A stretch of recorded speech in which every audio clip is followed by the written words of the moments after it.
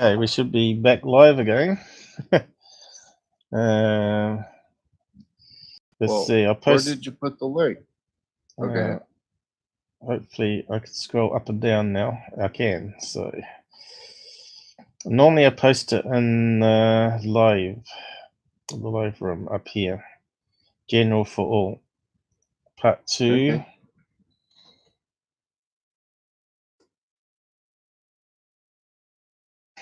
What did I call it in the end?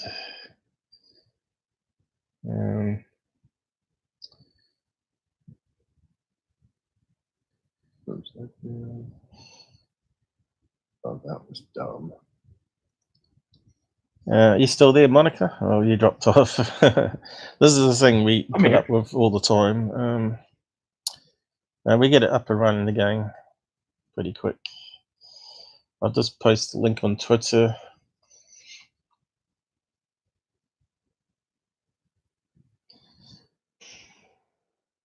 Okay.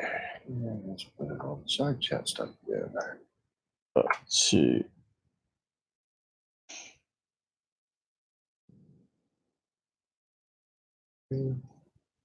Yes, we thought a faster laptop would solve all the problems, but it seems to have added this extra problem instead. So we're not too sure. I think it's probably could be related to driver problem of the video card. It's one of these Intel split display video things. Unfortunately, the laptop doesn't allow you to either be in NVIDIA completely, which is the downside of it. Okay, it's there. I'm not sure what it's called though. Why is it not showing me the full pop-up link here? I noticed it's saying RTC disconnected on Discord, so that's not a good sign. You got the video going there, John? Through Discord? Oh, hang on. I was putting side chat stuff in. Yeah, don't know too much about that. Yeah, I can see everything moving on your desktop. So welcome. So we're kicking off again in a minute. Welcome to the channel 5.7 2, I guess.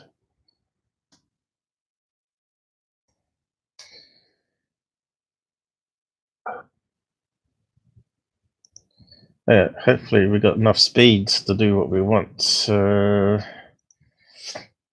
Should be able to get the tickers up and running again. See how many people grab the link. Zero watching. Oh well, it was going good. So anyway, we'll just carry on. We tried this bit again. Let's see, I might just make it a bit bigger. It's quite a big window, that, isn't it? Incredibly big. Lithium, sodium, potassium, rubidium. Does it go through the right speakers still? That's quite amazing. Normally we lose that. So here's the metals they can cut with a scalpel by the looks of it. Cesium, and francium. They're all soft metals which can be cut with a knife. In air, the elements quickly become coated with compounds that form on the metal surface. Here, for example, is lithium. When we slice it, you can see the metallic luster, but the black coating quickly reappears. Yeah, oxidizing. Sodium is kept under oil to prevent reaction with air. Again, when we cut it, the metal surface can be seen. But this time, corrosion occurs even more quickly. With the next alkali metal, potassium, the corrosion in air is so quick that it's hard to see the metallic luster at all. As we go down the group, the elements seem to react more quickly with air. Now let's see another reaction of the alkali metals, the reaction with water. We'll start with lithium. The metal floats on the water and reacts with it, giving off hydrogen gas. Just as crazy, yeah. Now for sodium. The same sort of thing happens, although the reaction is a bit more vigorous. All the alkali metals react with water in the same way. Let's see an equation for the reaction. Hydrogen gas is produced, and the metal dissolves to give an aqueous cation with a single positive charge. Now for potassium. This time you'll see a flame. The heat given out by the reaction is produced so quickly that the hydrogen gas catches fire. It burns with a lilac flame. The next element is rubidium. This time, we put a safety screen between us and the reaction. You can see that things gradually become more terrifying as we go down the group. Let's try cesium, our fifth alkali metal. Oh. Jesus. Yeah, ignited and so much gas come off it, blew it a bit. So yeah, that's just amazing. I'll post that video link there anyway, if I can. Holy mackerel. Kids science, they call it. But it's good for good for us adults as well. Now, imagine if you had a kilo of that and you threw it in a lake with ducks in it. I think that would scare the ducks. Boom. Scare the ducks and kill them. Well, actually, soft metals reactions with water. Yeah, imagine if someone threw like a little chunk of it into your bathtub when you're having the bath. Oh, jeez. If the kids won't shut up in the swimming pool, you just threaten to throw in a chunk and see what happens. Yeah. I do like these type of experiments. I used to pay attention when they used to do those in class, but never saw one explode, a beaker like that. So I don't think we ever did that one. But if you look online, you probably can find or potassium into. Let's see if anyone pranks. Throw in Hey sodium. guys, I might. Sorry for interrupting, but I might stop in a bit. Right. But for now, I'm going to be getting off. All right. Okay, mate. Take care, Jonathan. It was enjoyable. I'd love to discuss. Okay, you too. See ya. I might just disconnect from that. Be one less thing go wrong, I guess. But it will drop you off, John, won't it? So let's see. Are you still with us? Much. You still got the sound? Well, I can hear you. I just don't have your. Did it take your video with me? It did.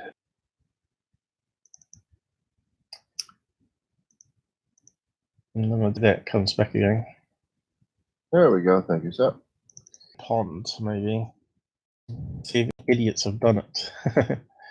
There you go. First one come up.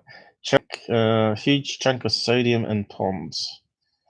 So let's have a look at these ones. So which one do we got? 3 to choose from there. So that was one of the least reactive materials, right? So because of a lot of hydrogen.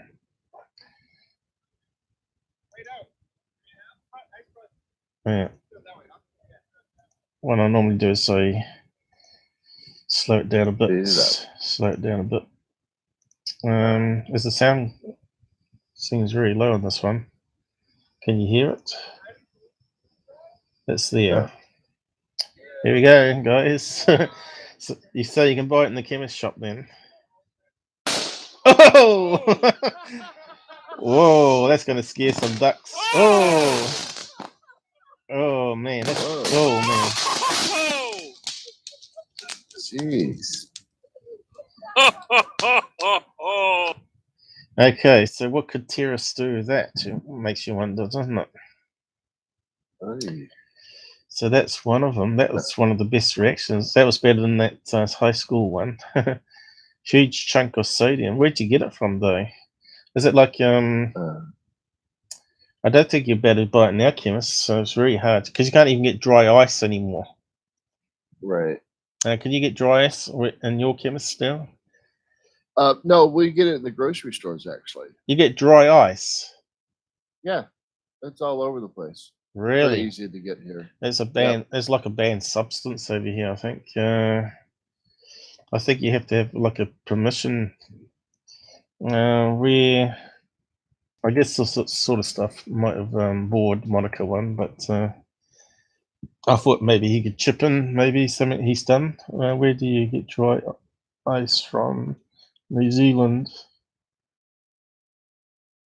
I think they banned it because kids were sticking it on their tongue and stupid things like that. Yeah, probably. Dry ice in New Zealand, Yellow Pages. Well established in 1999, service Timaru. Well, that's miles away. Drive pallets. Geek Zone, a popular forum. Where can I buy dry ice? Good question. BOC gases. They got the IRC chat program, looks of it. So what kind of written permission do you need to get it though? So we saw it in the list here. BOC, there it is here. Pellets, which is solid carbon dioxide. And there, that's what it looks like. What does it say about the regulations on it? Register. Ideal for transporting frozen and chilled foods. So you reckon you can just buy it from the normal stores over where you are? Oh, I know you can. They're in the grocery stores. Okay, what's it say here? Dry ice appears to be a translucent white solid. For orders under 20 kgs, you must pick up from the gas and gear store. Not available at Whangarei or West Auckland. So you can see how difficult this is going to get. Yeah, apparently. Wow. So how would they ship it? You know, they wouldn't ship it to any other cities, right?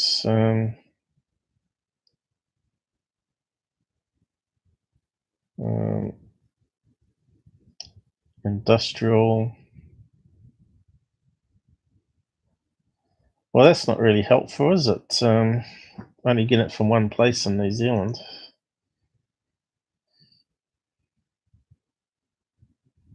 How about Christchurch? Let's try Christchurch.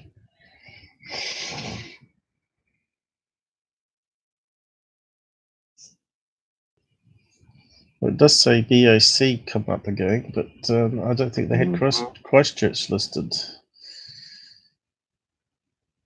That's like a corner on the market. It does, doesn't it? Yellow Pages. The man who kept girlfriend on dry ice, a New Zealander. I never heard about that. Living in a luxury hotel in California. What's then? I've got to have a look at that now.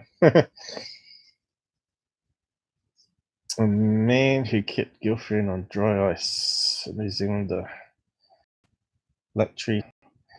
From security, Stephen David is not known to New Zealand police but USA police. Prior convictions.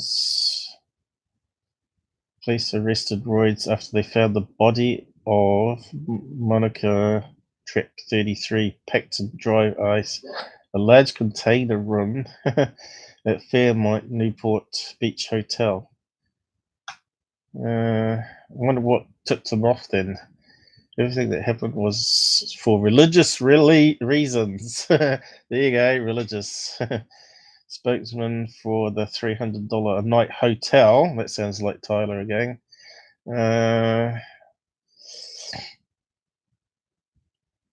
Royce has pleaded not guilty. Yeah. Intoxication reports were pending. Yes, it doesn't say too much there.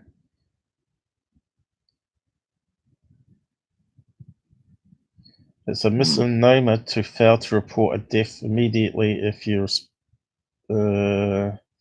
responsible for the body. But Susan King Schroeder, spokesman for Orange County, said Rhodes would probably not face charges for such offence. Eh? Really? He said, yes, sir, when asked. Outfitted in a yellow suit, Rhodes appeared and said not guilty. Yeah, it was in jail room garb. Yeah. Died of an overdose. So here you go. Drug overdose. Stuck her on ice. I suppose it's possible. I suppose the forensics would confirm or deny it. Seems to be going all right at the moment on the new live stream here. So fingers crossed. So let's just move on. So there was some other ones here. How about throwing potassium? That would be crazy. Potassium. I want to see it. I want to see. Potassium in a pond. I want to see some ducks in the pond. Sodium looks like the only one you can get. On a lake, we just saw that one. 20 grams of sodium metal in a pond. This was what happened when you throw pure sodium into a pond. So it seems like a regular video here. Is it the same people? No, different people. Huh. Anyway, we're seeing what it does anyway, but I'm pretty sure one of these ponds will have ducks on it, eh? Well, get rid of the name, get rid of the word pond and just put water and see what shows up. Well, maybe just throw in potassium. Oh, here we go. Potassium water explosion. Whoa, that one looks good. Video. Well, let's have a check on this one then. 8 grams, slow motion. Thunder. Well, let's have a look at this one. They put them in fireworks, don't they? They put for the different colors, right? Yeah. Oh, I don't want any music. I don't want any infringements. Probably already got one. Oh, it's on slow motion though. I might have to mute that one. It looks like it's all music. So throwing it into water there. Oh, look, you see all the gas coming off already. Boom! Was that it? Wikipedia.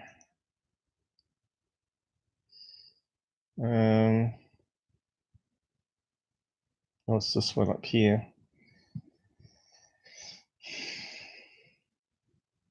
That's the same one, isn't it? Sure looks like. Maybe that's just his intro. Don't know. I thought I clicked it differently.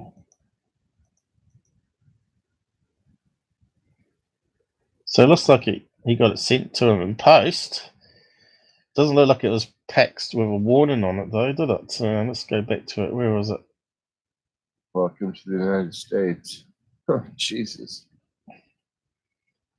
It wasn't in any container, so it's in a flask. What? So where's the box? Where was the box he was unwrapping? Here. Doesn't look like it's really got danger warning on that box though. Don't get it wet or anything.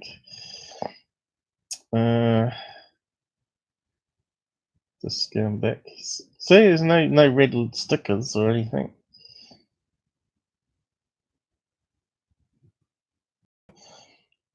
Yeah, I'll get right on that. Potassium or sodium.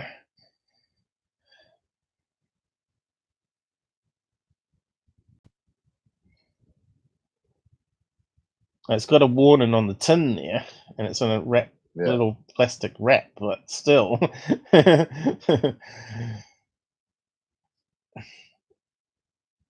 He looks a bit like Tyler, this guy. I almost said that, but I didn't. Ah, there you go. We're thinking alike. There we go. Synchronicity. It looks like he chucked some in there. What did you do? You can see he's got some fat goggles on. Only a little pellet. Look how big it is. Oh, ignites. And it shoots out the bin. Look. Yeah. Going around the edge of the water. He's got too much water in there though, hasn't he? Bush. Wow. That's crazy stuff. Anyway, better not play too much of it. You can watch the full video. I posted it down the side there. you know what copyright claims and all these people have. Potassium.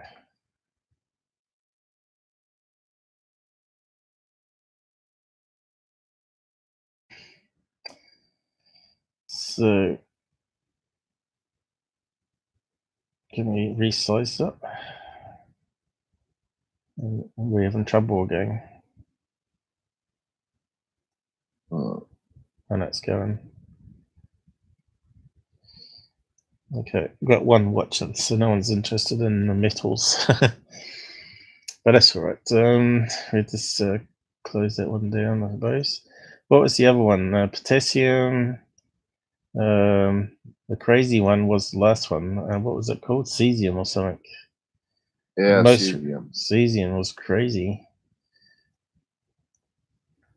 How'd you spell it now? Caesium. Yeah,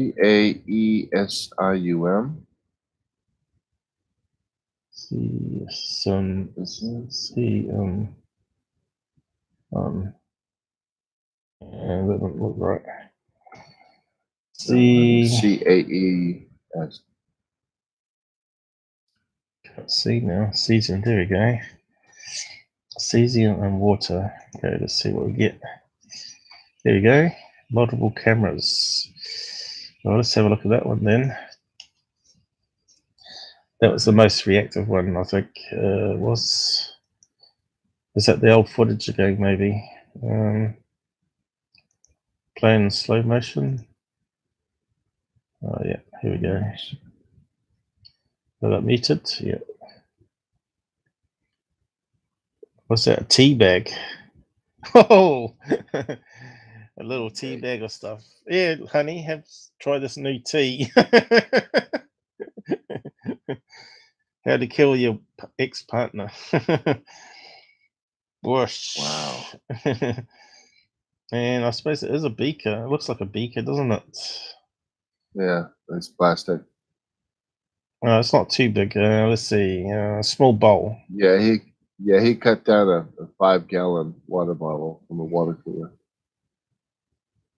Boom. Just so reactive. And that's all hot. Smell the fumes, honey. Yeah, that's hydrogen coming off. Uh-huh. See, they wouldn't use it in rockets though, because you can see it's too reactive. You want something that would be a controlled burn, right? Okay, so moving on.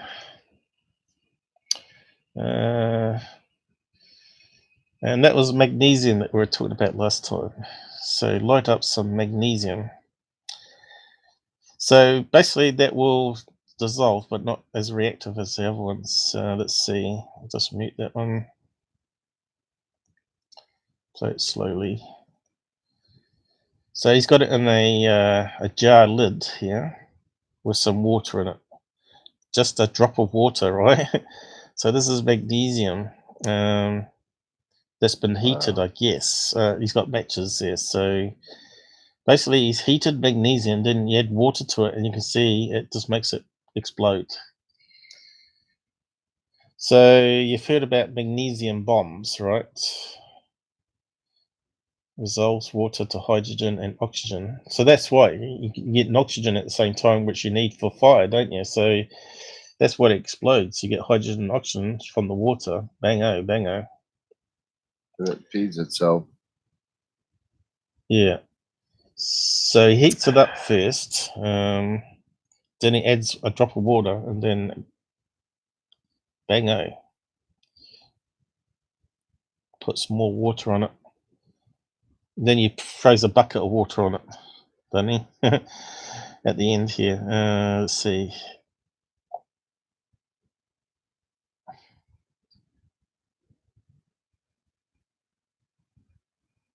Yep. So that was that one. So there's another one here. Doing what was that science experiment with magnesium,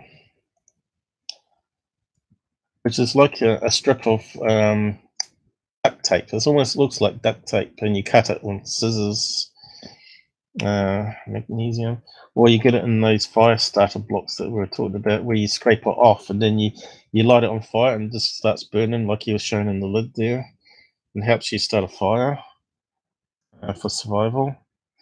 But yeah, if they drop some water on it, you can see it'd be a lot better way to start a fire. Once it's burning, and throw some water on it. I suppose if it's raining in the forest, boom, a couple extra drops. Depends. That's why you only do little scrapings, right? So obviously that's a big chunk you had on fire there in the lid. Why is it not going up? Put out. Back in World War II, magnesium was used as a part of incendiary bombs to incinerate things. They would drop bombs, and the magnesium would spread out and be on fire, and they were very hard to put out. And the interesting thing is you can't put out a magnesium fire with water. Normally, Nope. Water does put out fire, but if you try to put water on a magnesium fire, you actually make it more, not less flammable. Like Greek fire. I don't know exactly what Greek fire was, but certainly Greek fire was a hard. There are rumors that it was hard to put out, and that it was certainly. It seems to be that it was probably possibly a flammable liquid, is one theory that's been put forth. This is probably, I don't think I've ever heard magnesium as an idea for Greek fire, but certainly it might be a possibility, I would think. I don't know for sure. But the thing is, okay, so he's talking about magnesium bombs. So let's see. Magnesium bombs. I suppose they used them in World War II, was it? That's about right. Incendiary bombs. So if you want to burn down cities, right, that'd be what you drop. So that's harass the population. I see napalm, thermites listed here. Some other ones here. White phosphorus. So that's the stuff that burns the skin, doesn't it? And they used to drop it on the Asians in Vietnam. Oh, really bad stuff. Firebombing. There's rare types of incendiary bombs. Okay, let's have a look at that one. There you go. So I suppose it explodes over the troops, right? It catches them on fire. What a way to go. Firebombing is a technique designed to damage a generally a urban area through the use of fire caused by incendiary devices rather than from the blast effect of large bombs. In popular usage, any act in which an incendiary device is used to initiate a fire is often described as a firebombing. Articles is concerned with aerial incendiary bombing as a military tactic for non-military, almost always criminal acts. Although simple incendiary bombs have been used to destroy buildings since the start of gunpowder, World War I saw the first use of strategic bombing from the air to damage the morale and economy of the enemy, such as German Zeppelin air raids conducted over London during the Great War. Chinese wartime capital of Chongqing was firebombed by Imperial Japanese, started in early 1939. So humans have been trying to destroy each other for a long time in cruel, mean ways. So if you had that on you, it's gonna keep burning, and if you try and wash it off, it's gonna explode. So yeah. It probably goes on a bit here. World War II, is it? Chinese remains after bombing in Tokyo. Yeah, what else? was hoping we were going to get some pictures of these bombs, what they look like. Guess not. Oh, come on. Don't go bad on me. Suppose it's coming up to the hour. It's always after 1 hour. Never seen it before an hour, but this could be the first time. Images. Yeah, we're only 31 minutes into it. Okay, so here's some pictures of these bombs. I guess.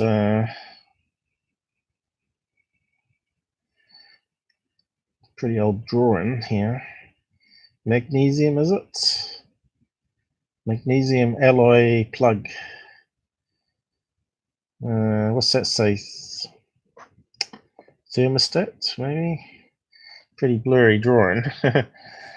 So it's a bit hard to tell. So looks like they come in all different shapes and sizes, these fire bombs. Various big sizes too. Look at that, the human size. Oh, they're aerial bombs. Wow, look at that big one. So that looks like a fire bomb. That's definitely a fire bomb here, because we just saw that in the pictures, in the videos where it's exploding.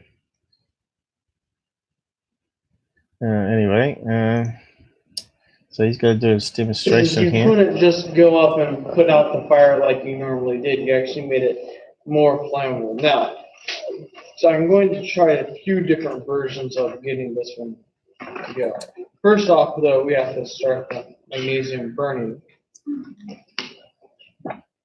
And now instead,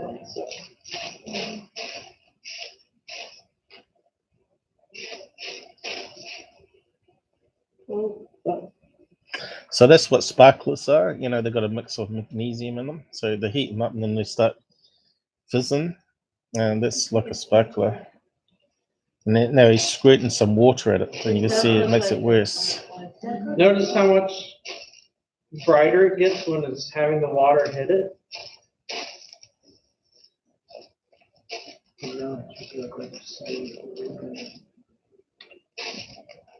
And it's not a huge increase in brightness, but there is a definite flash or flicker. No, someone just said it looks like a sparkler. Yeah.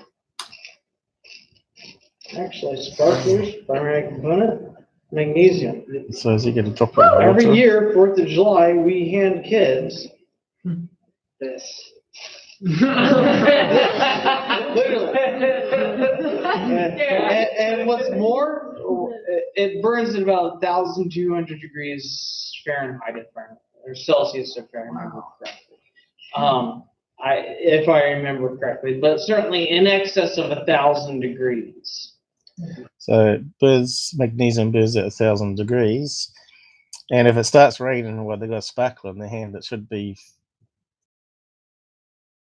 Technically, it should go out, shouldn't it? But it depends how much magnesium they got in it, I guess. But he's using pure magnesium there, so I don't think a sparkler is pure magnesium. I think it's a mixture of some sort of tar that goes hard. They dip it onto the metal stick, right? So that brings us to flint, the old basic flint. So do you know what a flint is? Apart from cavemen using flints. Are you asking me? Do I know what flint is? Well, you might be a survival expert. I don't know.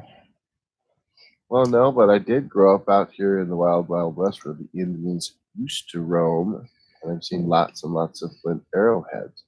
Yeah. So there's a flint arrowhead there, I think. What is it? There you go. Looks a bit like an arrowhead, but no, it's not. Sample of, I don't even know how to say that, more canny flint from the Cenomanian chalky mole layer of the Moldavian Plateau, whatever that means. South America, is it? pebble beach made up of flint nodules eroded out of the nearby chalk cliffs. So what is flint? So let's go over this. Flint is a hard sedimentary cryptocrystalline form of the mineral quartz. And of course, quartz, as you know, goes hand in hand with gold seams.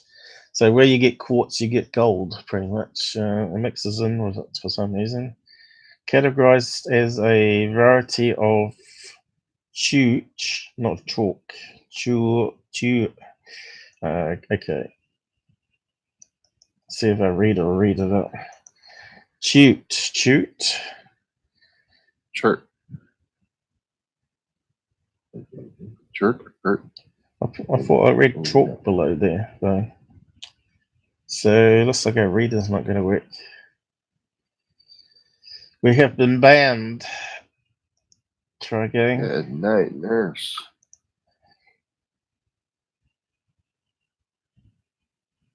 Oh, come on. This is nuts.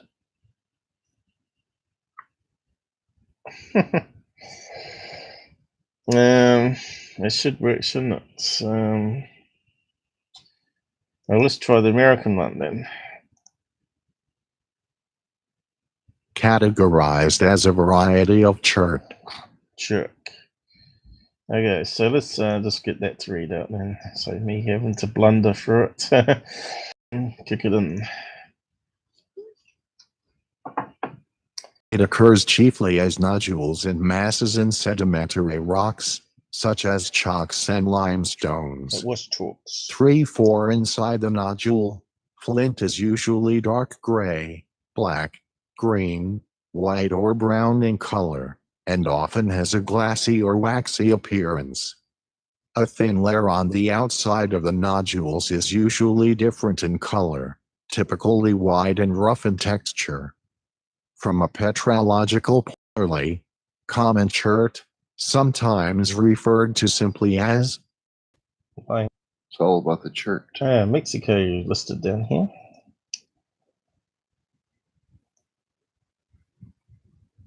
Flint is very durable and can be found along streams and beaches. Its use to make stone tools dates back millions of years. Due to some properties of flint, it breaks into sharp-edged pieces, making it useful for knife blades and other sharp tools. During the Stone Age, access to flint was so important for survival that people would travel or trade to obtain flint. Flint Ridge in Ohio was an important source of flint, and Native Americans extracted the flint from hundreds of quarries along the ridge.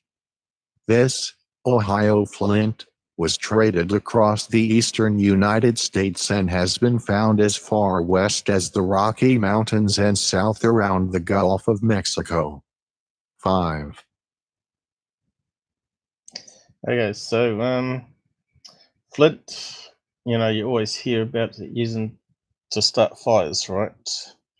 They scrape it on metal, and as we found out, all metal oxidizes rapidly with oxygen. Including iron. So iron's normally got a coating on it. Always got a coating because it oxidizes very quickly. And the oxidizing coating actually gives it some protection from rusting completely. But as you read here, flint and steel, what causes the spark? So what causes metal? And if we get what it says here. Tool and perhaps even make you a better flint and steel fire maker. Survival Topics believes that if you know the fundamental reasons why survival gear and survival techniques work, then you are in a far better position to use them to best advantage. Okay, the secret of flint and steel fire making the fires. So let's see what they're going to say here. Still got to highlight it properly. So it do it in 2 chunks. The secret of flint and steel for making fires outwardly. The answer seems obvious. Striking flint with steel produces hot sparks. However, dig a little deeper and you will find there is a lot more to it. It all revolves around a little-known fact about iron and some other metals that revolutionized the way people started fires thousands of years ago: pyrophorics. What was that last word? Pyrotechnics or pyrophorics. Okay. Pyrophorics. One of our reader will read it there. Let's try the English one. No, the English one refuses to talk to us today. You made it angry. They got us banned. They won't buy a subscription. Flint and steel - simply by carrying a piece of iron, steel, and a hard, sharp object such as a piece of flint rock, you can start a fire whenever you want. Pyrophorics are substances that spontaneously ignite below room temperature, which is about 70 degrees Fahrenheit, 21 degrees Celsius. By spontaneous we mean these substances will simply catch on fire of their own accord without you having to do anything such as light it with a flame. This is also known as auto-ignition. Okay.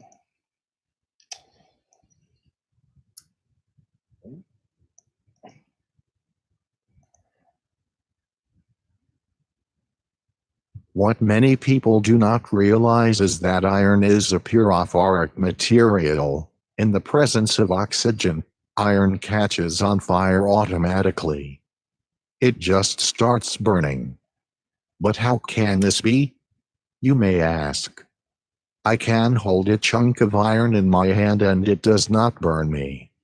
The answer lays in the fact that the portion of the iron object in contact with the air and your skin is not pure iron. Rather, it has developed a thin coating of iron oxide, or rust, immediately upon contact with the oxygen in the air. This serves to seal off the iron inside from exposure to the air and reduces the rate of further rusting. Rusting produces heat. Iron, whether man-made objects or naturally occurring in rocks, will rust upon exposure to oxygen in the air. The act of rusting is actually an exothermic reaction called oxidation, which is a fancy way of saying when iron touches the oxygen in the air a reaction occurs, the iron rusts, turns into iron oxide, and gives off heat. In other words, it burns. The simplified chemical reaction can be expressed as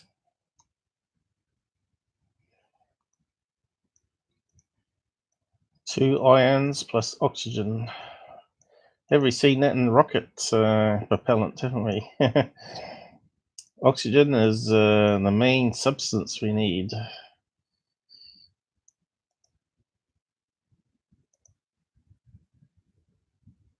Fe2 plus O2 equals Fe2O3 plus heat, or in simple English, iron plus oxygen equals rust plus heat. Rusting, oxidizing, is the exact same thing as burning. But unlike a campfire, usually you will hardly notice it. Because of the relatively size of a typical iron object, the heat it gives off as it rusts dissipates too quickly for the heat to accumulate and be of much use. While holding an ordinary iron object, you are unlikely to feel any heat as it rusts, since the heat is absorbed by its surroundings as fast as the oxidation process produces it. However, if you can increase the rate of oxidation, you can cause the iron to spontaneously give off a large amount of heat very quickly. So there you go. So you've seen workshops where they're grinding down steel and iron, and you see all the sparks coming off. You think it's because it's heated up from the friction, but it's actually the iron catching fire with the oxygen. So yeah, it gives you a different viewpoint on things. John, you gone away again? No, I'm here. Right, I thought you went away. I did briefly. How do you increase the rate of oxidization of iron? One way is to give a fresh unoxidized piece of iron more surface area in contact with the air. More oxygen touching more iron will cause more oxidation, which will give off more heat in a given amount of time. Increased oxidation can be accomplished by breaking off smaller particles of iron from a bigger piece. The smaller the iron particle is, the greater its surface area compared to its total size. Now you know the secret to using flint and steel to start a fire. Have you ever used a metal grinder or seen one in action on a piece of iron? Notice how thousands of glowing hot sparks fly off the wheel as it removes tiny bits of fresh iron off the chunk of iron being worked on. That's what I said. These tiny bits of iron are actually spontaneously catching on fire as they are exposed to the oxygen in the air. So I guess this flint quartz is harder than the iron, and often you see them turning a survival knife around and hitting it on the back of the flint, and basically you're scraping bits of the actual knife they've got off into little sparks, right? So they're grinding down their knife. So normally a fighter kit, you normally just get a bit of iron that you can hit onto the flint instead of using your knife to do it. So yeah, I'm not too sure how many people knew about that by flint, but everyone always thought it was the bits of flint coming off that is catching fire, but it's actually bits of metal. It just shows how reactive metal is with oxygen. So I guess all metals rust, don't they? I'd assume so. Maybe there is one that doesn't. So let's find out. It's gold rust? It's rust. I suppose that might be the one that doesn't, isn't it? Do all metals rust? I don't know. It's a good question. I don't think it does, actually. Rust is iron oxide. Can all metals rust? Maybe there's a way to get gold to rust even. I don't know. Let's see. Maybe it takes a wee bit more than just oxygen, maybe. What's it say here? The word rust is specifically for the oxidation of iron, okay. Base metals like cast iron and different grade steel, so no other metal rusts other than iron. Most of the metals from oxidization. Al, which is aluminium. What's the chrome? Metals form a protective oxide film, which in turn protects them from oxidation corrosion. Oxidization is not bad for all metals, but for iron, oxidation is indeed detrimental. Forms greenish oxide. You can see transformation of the Statue of Liberty. Okay. The answer is yes. The rest is nothing but not talked about gold here, have they? Let's see. A metal oxide, some form from redox reactions. Yeah. But to return metal to its original oxide, some do it fast like iron, others slow aluminium. Not unless you pass electricity. What's he mean? Well, I know you can clean up silver, can't you? You can stick it in acid or something, can't you? Right. That's some kind of thing. Not all metals can rust, only because some have layers that react with oxygen quickly. They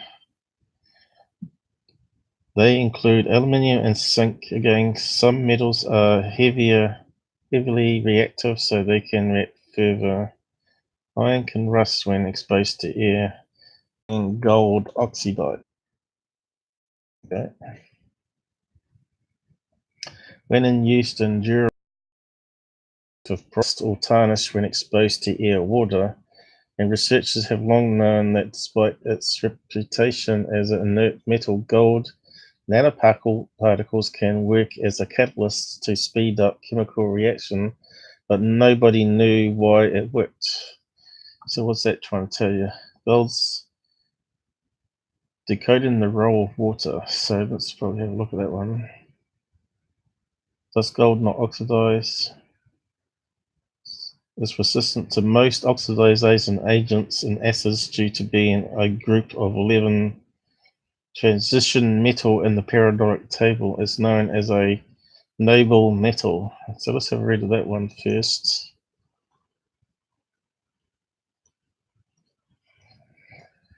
So, you know, you've heard about aliens wanting man's gold, right? Because maybe gold is pretty unique to some planets, some moons. Maybe it's a rare element. Maybe they come to Earth for it. And you hear the theories that the human race was developed on Earth to be like a slave for digging out the gold. You've heard it on Ancient Aliens and all that sort of stuff, haven't you, John? So, Yeah. and sci-fi movies, wasn't it the Predator movies? Didn't they use, is it Predator? Predator and Alien movie. Didn't they have like all the people lining up to the temple to go into the temple? Weren't they using them for digging for gold in the movie or something? So anyway, we'll read that. What does this? Is resistant to most oxidation acids due to being group 11. So we read down to that. Noble metal for that reason. Aqua Regia. Nitric acid hydrochloride HCl NNOO3 mixture in a ratio 3:1 will dissolve it. As well, alkaline cyanide solutions. This also react with free halogens at certain temperatures. Aqua Regia, not Rene, Rigidae, I don't know, dissolves the metal in a oxidizing reaction with the nitric acid, producing the A11(3) plus carbon in small amounts. So it forms, what is it? Hydrogen gold chloride 4. Which in turn allows more oxidization of the metal. So, like I said, gold can actually be oxidized, but obviously in acids, or combination of acids here talking about, as well as the electrical process, I guess. Gold can lose electrons, so it can be oxidized. Here you go. Otherwise, gold oxide would not exist. Oh, I didn't know there was gold oxide. Gold and oxygen do not react directly. You need to dissolve the gold in aqua. So we need to know what aqua blah blah is. There you go, John. We're always learning something new. Absolutely. Kind of cool. If our live stream doesn't slow us right down like it did the first part.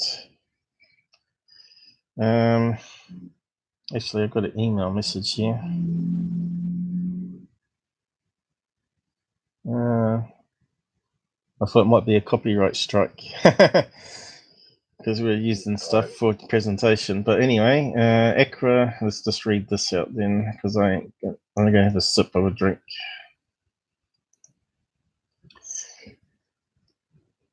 Aqua Regia is an extremely corrosive mixture of nitric and hydrochloric acid, used as an etchant for some analytical chemistry procedures, and to refine gold.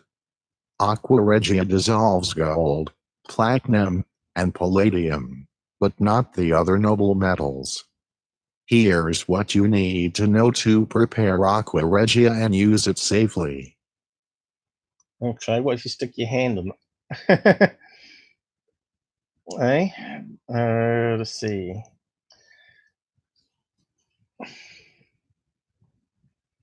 Looks like a brown liquid like honey, almost, doesn't it? Facts. So let's have a look at the facts down here then. Probably, actually, safety might be a good one. Safety. Let's have a look at these ones.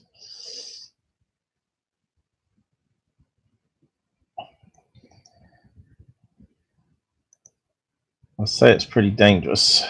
Aqua Regia preparation involves mixing strong acids.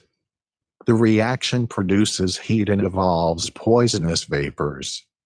So it's important to follow safety protocols when making and using this solution. Make and use Aqua Regia solution inside a fume hood, with the sash down as much as is practical to contain the vapors and protect against injury in case of splashing or glassware breakage. Prepare the minimum volume needed for your application. Make sure your glassware is clean. In particular, you don't want any organic contaminants because they can produce a vigorous or violent reaction. Oh, God. Avoid using any glassware that may be contaminated with a chemical containing a C-H bond. Do not use the finished solution on any material containing an organic. Wear safety goggles. Wear lab coat. Wear gloves. So don't stick your finger in it. If you get drops, okay, that sounds pretty serious here.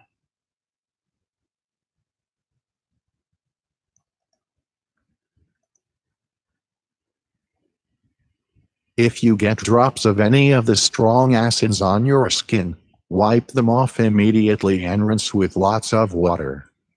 If you spill acid on clothing, remove it immediately. In the case of inhalation, move immediately to fresh air. Use the eye wash and seek emergency medical attention in case of eye contact. In the case of ingestion, rinse mouth with water and do not induce vomiting. Neutralize any spills with sodium bicarbonate or similar compound. Remember, it's best to neutralize a strong acid with a weak base and not a strong base. So that's acids in there. Yep. Okay. I don't think you'd use that stuff in a car battery then. Or a battery anyway. What was the other one we were looking at before? That was Flint.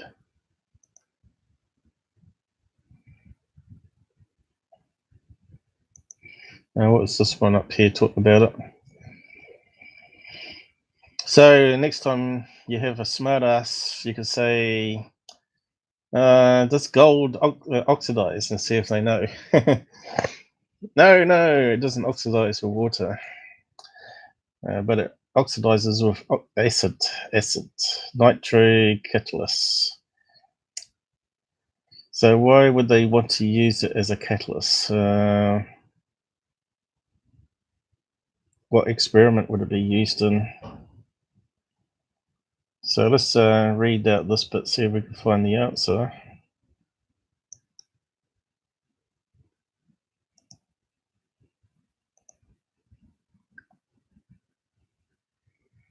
Researchers from the University of Houston and Trinity University have for the first time provided direct evidence of a water-mediated reaction mechanism for the catalytic oxidation of carbon monoxide. The work used gold nanoparticles and titanium dioxide as a catalyst to speed the process and determined that water serves as a co-catalyst for the reaction that transforms carbon monoxide into carbon dioxide. While researchers have worked with carbon monoxide oxidation using gold catalysts for years and have realized that water can change the reaction, none have previously been able to fully explain why it worked. The work is described in the September 5 edition of the journal Science. We can say with a high degree of certainty that we now understand the role of each of the components and what they do during this catalytic reaction, said Lars Grabo, assistant professor of chemical and biomolecular engineering at the University of Houston. He and Hugh Dutton, a Ph.D. student at the UH Cullen College of Engineering, developed computational simulations to support experiments run by Trinity University chemists Bert Chandler, Christopher Purcell, and Johnny Sabadrak. So, what was the answer there? Is it to convert carbon monoxide back to carbon dioxide? Is what they're saying? Vid's back with us. What happened? Yeah. The computer had this random slowdown that made it impossible to stream. Well, it made it impossible to present. So we ended the first part and restarted it by closing down the browser that Google runs its stupid screen capture on, or processes the screen capture, I should say, for Minicam. And it's back running again. So we just carried on for where we left off, or we're trying to anyway.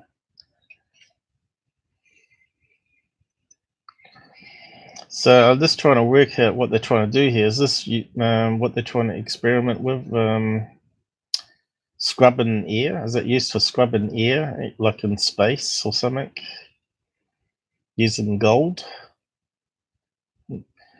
And then I suppose you can capture the gold and take out the carbon and oxygen and get gold back. I suppose you convert it back into pure gold again. I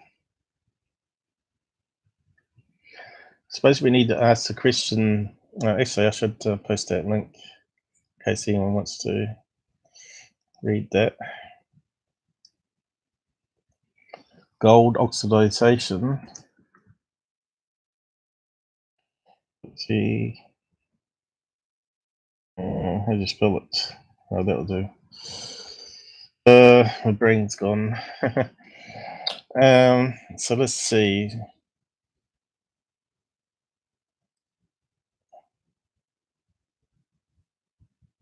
I know they use a lot of gold in space, don't they? They use it normally for heat shields and stuff. Right. What's Vern up to? Going out and getting some what? Jack in the crack. Okay. Jack in the box. Let's see.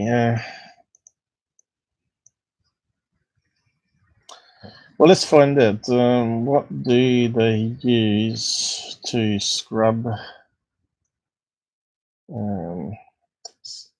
carbon dioxide?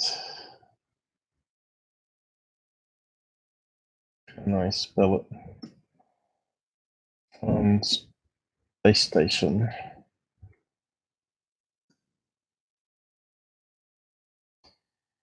Okay, so let's see what they say here. The most straightforward way of removing the gas is to vent it, but it must be first captured through chemical reaction in a carbon dioxide scrubber. But in space, where every gram counts, lithium hydroxide is used in scrubbers because it has a low molecular weight. Okay, that makes sense, being hydrogen. How do NASA remove carbon dioxide? On Earth, carbon remove carbon monoxide through the process of photosynthesis. plant takes in carbon dioxide and release oxygen. And of course, wood is carbon, isn't it? However, in space, carbon dioxide must be removed from the cabin air through chemical process. Yeah, but how do they do that? Hydrogen oxide, they said, wasn't it? So they bubble it through or something.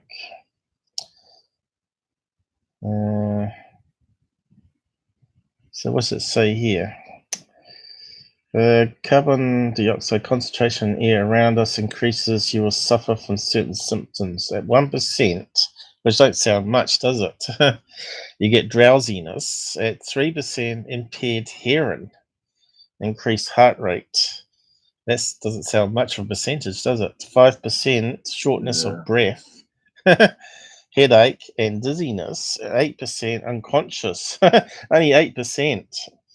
I would have thought it was something like 60 or something before you pass out, but no. There's a chemical reaction there. When air containing carbon dioxide gets passed through the container canister, it combines with lithium hydroxide, there you go, to form lithium carbonate and water. So they get water out of it after they're scrubbing it. So what they do, they must have byproducts then. This byproduct, what they do with that, does inject it into space or bring it back down? Lithium. Once all the lithium hydroxide are used up, the canister must be replaced and discarded. So what they do with it then? Throw it out in space and burns up in the atmosphere? Perhaps the most famous example of using lithium hydroxide canister occurred on the Apollo 13 mission. After explosion crippled the command module, the astronauts lived in the lunar module with the spacecraft returned. While the spacecraft returned to Earth, the lunar module used round lithium hydroxide canisters, while the command module used square ones. With 3 astronauts breathing the air in space designed for only 2, the lunar module canisters were quickly used up, but the astronauts could not exchange them readily because of the difficult shapes. That's why they should compromised on the same thing, shouldn't they? They should have kept it all the same. Engineers at Mission Control had to devise a way to adapt the airflow from the lunar module through the square lithium hydroxide canisters. They were able to rig a system using hoses, socks, plastic bags, and duct tape. There you go. You never go to anywhere without duct tape. Saving the astronauts from the carbon dioxide-induced death. Something. Carbon hydroxide containers aren't the only solution. Keep reading to find out how scuba equipment works in space. Okay.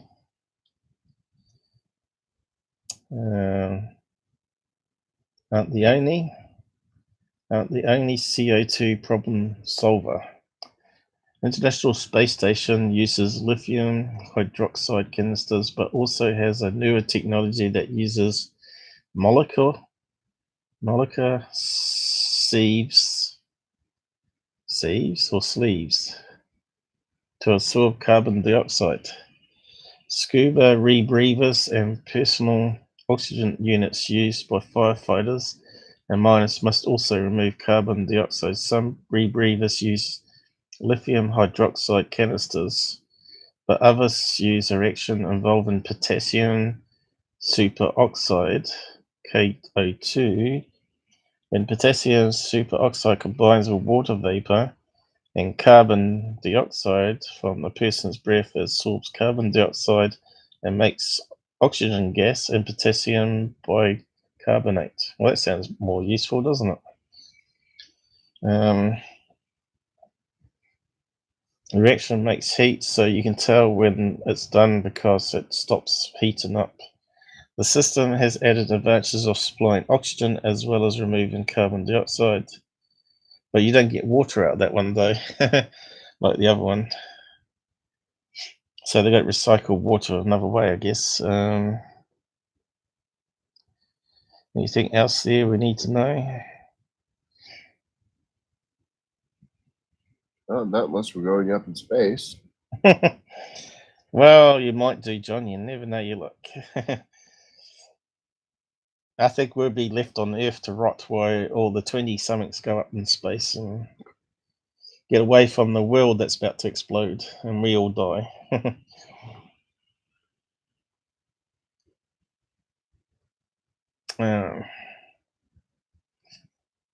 NASA scientists hope to create oxygen and eliminate carbon dioxide aboard spacecraft and space colonies naturally by growing plants. Yep, that's the way to go, isn't it? Or it'll be like that super fungal stuff they have in water. Probably Vern knows all about that. He's a space cadet. Aren't you, Vern? Oh, Jesus. You're a space cadet, Vern. So everybody That's like a says. backhanded compliment there. Jeez. That sort of worked in a really good pun there, though, didn't it? Eh? I thought that was kind of clever. Your mother would be proud. That was a Really. Kiwi sense of humor there, Vern. So what's happening here? Vern and I are having a love affair on the side. I'm just trying to figure out what it means. It's a rough world, Vern. It's not as rough as living on the ISIS.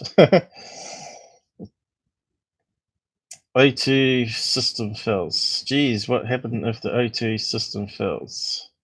Nothing, they just restart the sim. Okay. Yeah, yeah. What happens if they lose oxygen? You know, they won't be able to replace it because they're recycling it, right? So Yeah. they'd have to have liquid containers as well on board. But as you can see, it's highly reactive oxygen. Anything that catches fire, if you have exploding oxygen tank, it's going to be kaboom. Well, that's a point. Can we actually see oxygen tanks exploding at all? Oxygen tank exploding. Because we looked at all. Paul's been fascinated by things that go boom in the night. Here we go. What do we got here? Russian oxygen tank carried explosion. Oxygen tank explosion. So there are a few videos of them. So they transport the oxygen in on the road, do they? How come it's not coming up properly though? Okay. Well, if you've got aluminium, as we know, all metals oxidize with violent with oxygen. So what's this one? Oh, there you go. That guy almost got hit by it. Did you see that? Or did you miss it? Did you miss it? Yeah, they didn't have any protection wall or anything. They almost got wiped out by it. Just slow it down a bit. That was amazing. And we haven't even got the sound going. Let's see.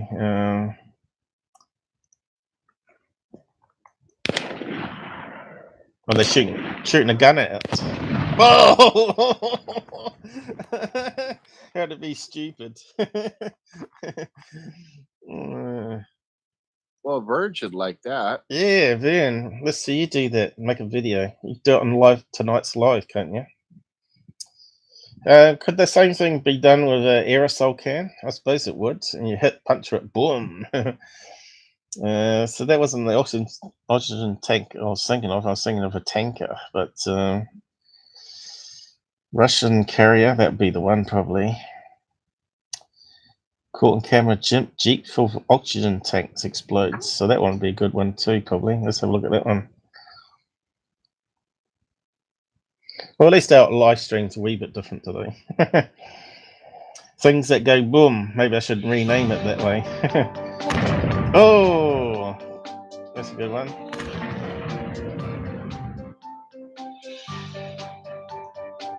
But they got silly music, so we'll probably get copyright claimed on that. Oh yeah, totaled the car, but didn't it? I thought it would have been a bit more explosive than that, though. Certainly created a shockwave there, that's for sure. So what's this other one? Is that the same one? The Russian tanker?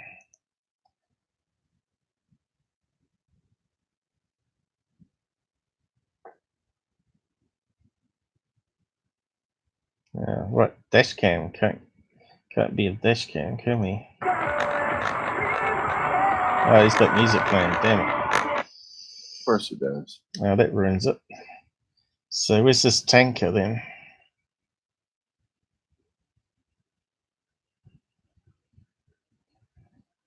Too much footage. Where's the tanker?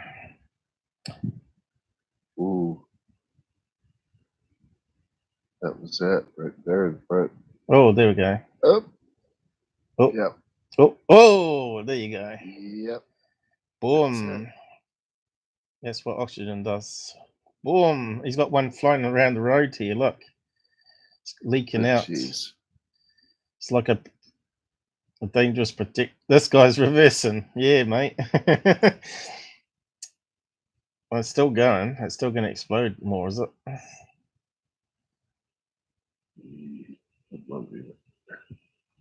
Look out.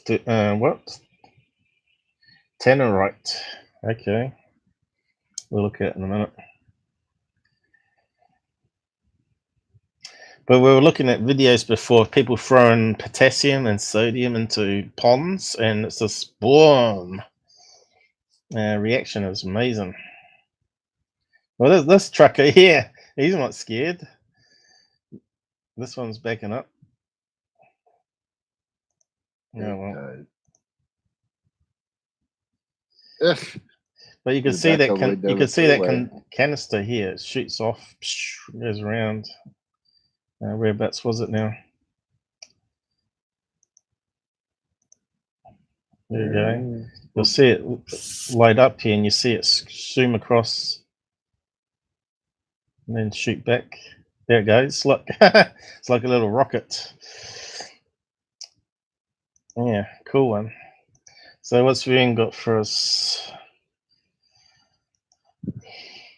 What about Tannerite? Tannerite. What is it? We have to find out, I suppose.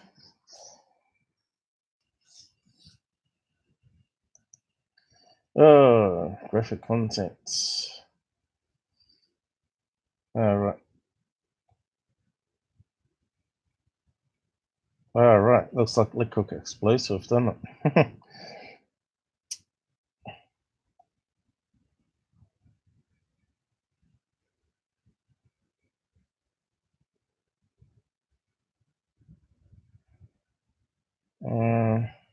Oh, yep.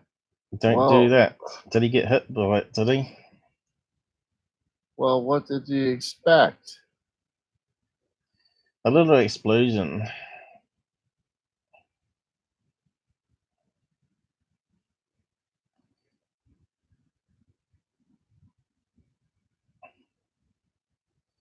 I think Vin's watched this one before with his live stream, haven't you? But we're not listening to what they're saying here.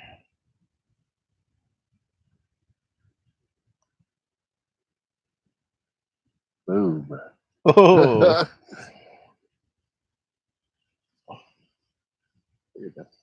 Yeah.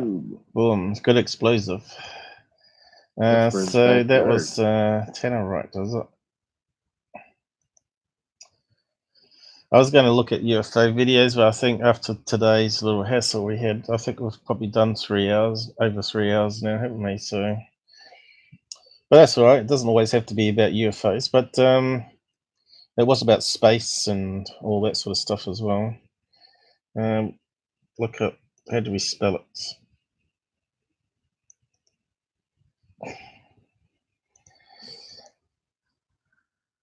What's that? Oh, I missed out the T, did I? Tannerite. Superman. Oh, look, it actually comes up too.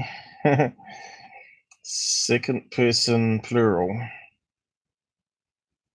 What the hell does it mean, though? Well, click on Tannerite. You still get Tannerite. The best binary exploding rifle target. Shot indicator. Eh? Okay. General rule of thumb: Tannerite is to place any target 1 pound, 1/4 pound, and up to at least 100 yards away. Should never go over 2 pounds.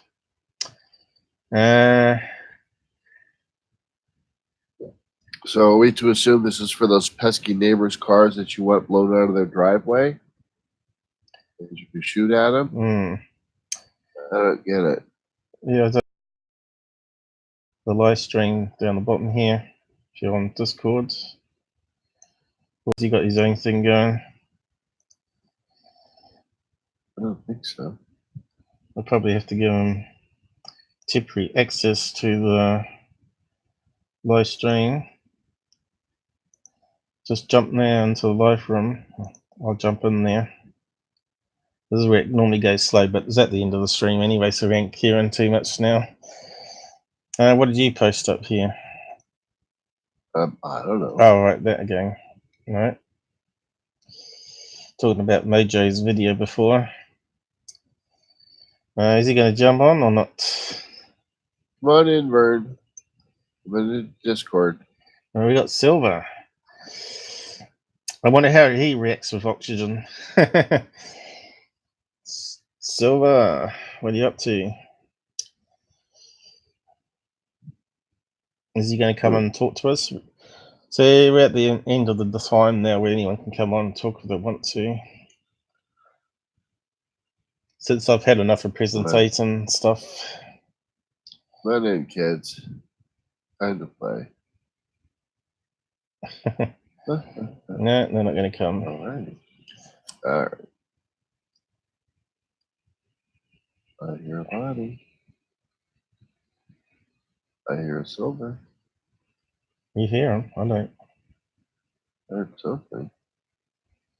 Yeah, I thought I heard something before too. I don't think he's in. He doesn't need to have the role, does he? He can just jump on it anyway. Crap. No, he's got access.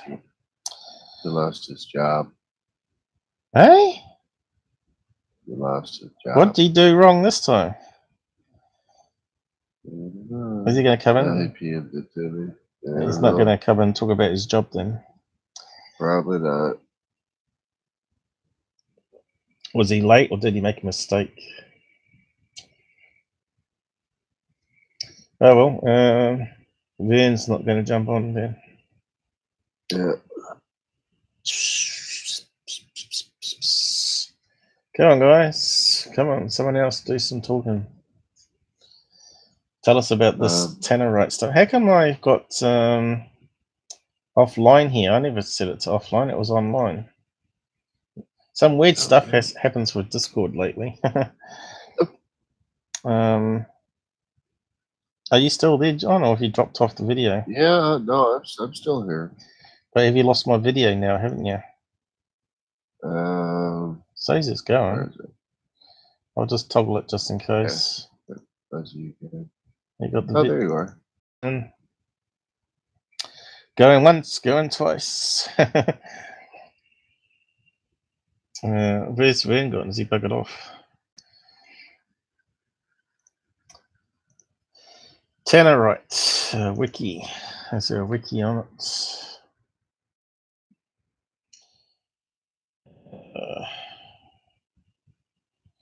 Let's have a look.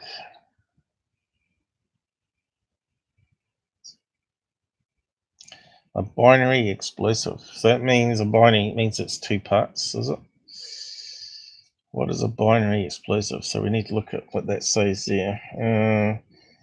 Is the explosive consistent of 2 components, neither of which is explosive by themselves, which have to be mixed in order to become explosive. So you see that on lots of movies, don't we? So what is it used for then?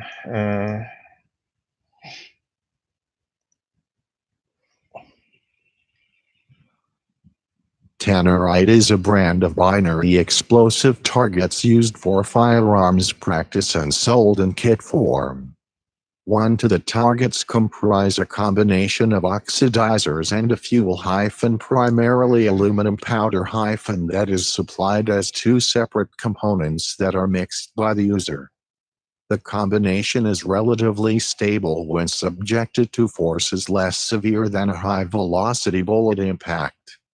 A hammer blow, being dropped, or impact from a low-velocity bullet or shotgun blast will not initiate a reaction. It is also designed to be non-flammable. 3. The reaction cannot be triggered by a burning fuse or electricity, although its explosion can cause other flammable material to ignite. Hang on, but they were shooting bullets at it before and it was exploding, so are they talking about the single components or combined components? Good question. I don't know. The combination is relatively stable when subject to forces less than severe than a high velocity bullet. A hammer blow will not ignite the reaction. I'm kind of confused there. Low velocity bullet. What's a low velocity bullet exactly? Like something coming out of a gun, I guess. Yeah, but a bullet is a bullet. So how can it be low velocity? Slower than the speed of sound? Here we go. Does it have a pop up there? I'm not a gun expert, so what they mean by all these terms, low velocity. Are we even allowed to talk about this on the streams? So what stops terrorists getting hold of this target and explosive then? And just accumulating it into a big tub? Yeah, they wrote about machine guns and stuff. Imagine someone walking around with little jars of this stuff and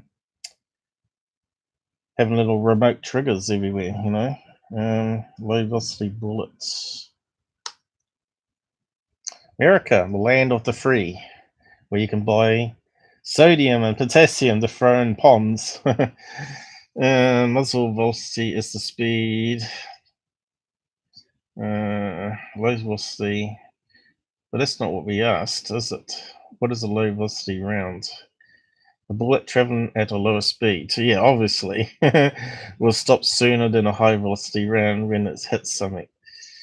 Okay, I'm sort of confused still. What is a high velocity bullet? Nope. What's this one say?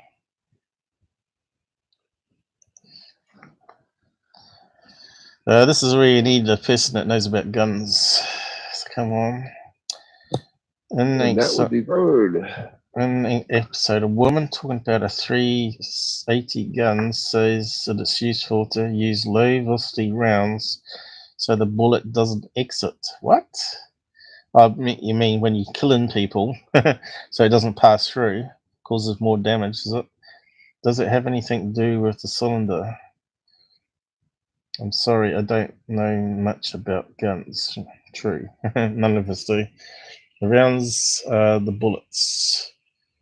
If they don't travel fast, they go in but don't come out.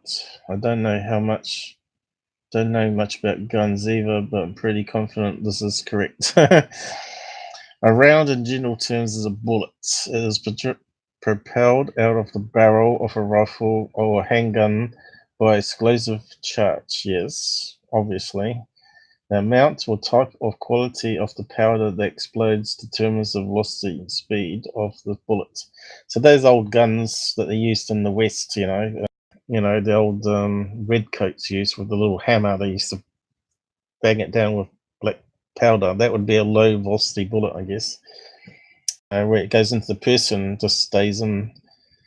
A bullet traveling at a lower speed will stop sooner than a high velocity bullet. Well, that's fairly obvious. So if the bullet hits a person, for example, a low velocity would eat into the person and stay inside, while a high velocity round might enter and exit the person and go into it and enter someone else. So kill 2 people with 1 round. So still, we haven't got any technical things on speeds and what's technical about it, you know, how it's made. Yeah, not talk about guns too much. It's probably a banned thing on Google. Right. But yeah, So, off of a hammer. Users brand targets explode when the shot by a high velocity bullet. But here it says low velocity bullets and shotgun ammunition will not initiate. Oh, right, so will not initiate. So only high velocity bullets. Okay.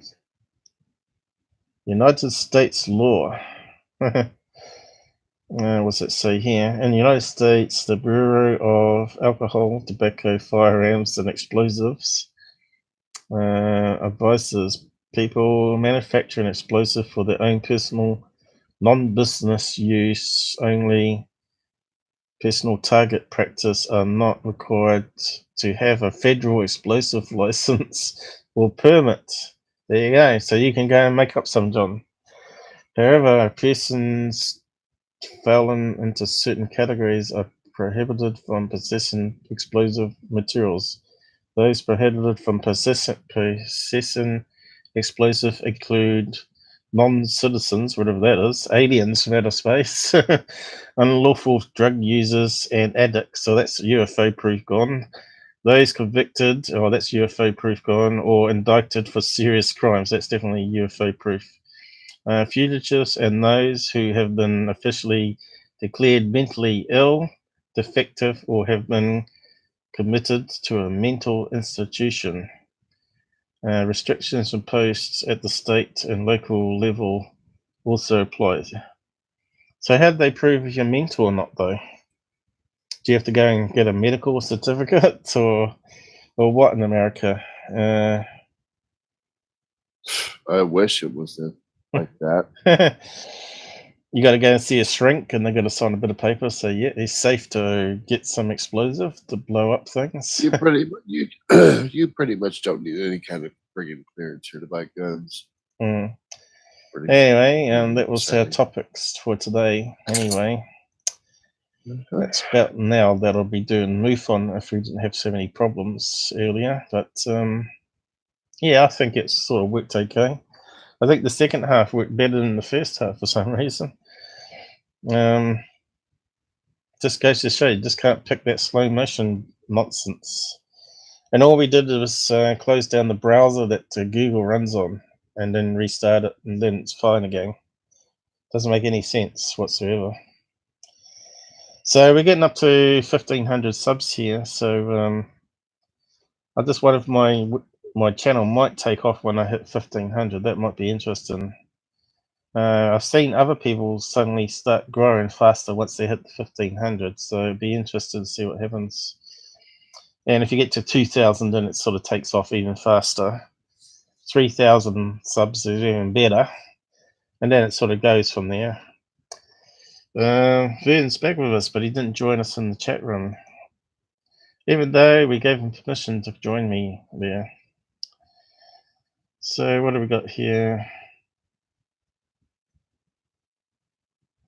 So easy to make, they can't stop sales of it. Well, it's aluminium, isn't it? They said aluminium oxide with something else. And what's thermite? That's the other thing that everybody keeps talking about. Might as well have a look at that while we're doing this. Thermite.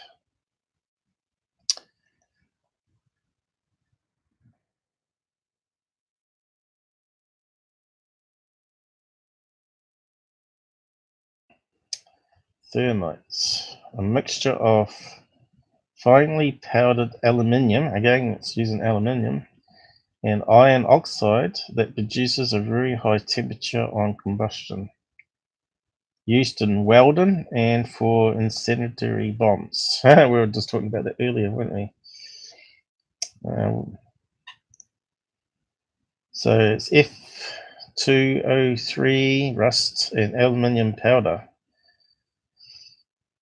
But there's got to be some other sort of stuff that causes it to ignite, though, surely. Exothermic reactant producing a molten iron. Thermite reaction only. World Trade Center. And how to make it. Well, we could play that one, but that one looks like it might be a copyright infringement one. Is it Von Melgushki? Looks like a Russian knows how to make it. Thermite reaction. Suppose we can have a quick look at that one. Oh, here we go. We'll just watch this and then I'm just going to end up the stream anyway, John. So if you want to go, that's fine. I'll wrap it up in a couple of minutes. Whoa, that is pretty hot though, isn't it? Oh, that is pretty wicked stuff then. Thermite, way to go. Anyway, John's got to go, and we've done probably 3 hours, over 3 hours now, combining those two. And I better rename the titles. They didn't quite work out what we're going to do today, but let's close that down. But I've got to go and do other things anyway. Just get out the video room. So then, thanks for joining us and other people. The first string was working pretty good. We had a few people on there, which was good to see. So I'll just wind down the end credits. Go and get some food. Then there you go. Oh, this is working good now. Okay, good night, everybody. Please like and share this part 2 and also part 1. Okay, we've got some music playing now. It's looking good.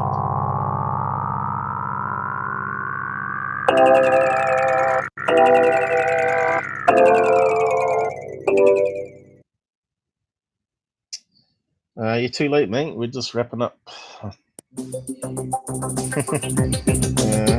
Next time, maybe. The next live stream will be on Tuesday night, California. Tuesday evening, I should say. Now I'll do it only Tuesdays and Saturdays, so I can do some more admin work on the channel. I'm not sure if you can hear me talking over the top of the music there. So good night, and take it easy out there, guys.